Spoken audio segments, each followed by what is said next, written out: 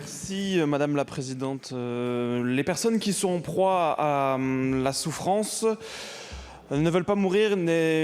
Pardon, je reprends du début, je me suis perdu dans mes fiches. Vous m'avez pris un peu au dépourvu, je suis désolé.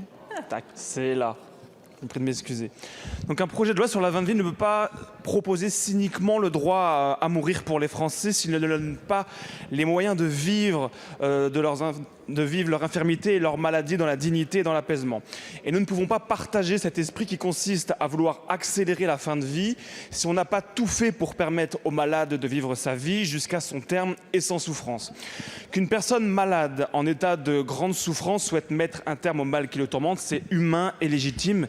Mais quand ce désir est le fruit d'une insuffisance de la société à prendre en charge la douleur, eh bien c'est un véritable crime collectif par négligence qui est commis contre le malade. Les personnes qui sont en proie à la souffrance ne veulent pas mourir, mais ne plus souffrir. Tous les professionnels que j'ai rencontrés d'ailleurs sont unanimes. Et lorsque l'on propose un traitement adapté et un soulagement des souffrances aux malades, eh bien son désir de mourir disparaît. La fin de vie n'est désirée que quand le soulagement de la souffrance n'est plus possible et que tous les médicaments n'agissent plus sur les causes de la douleur.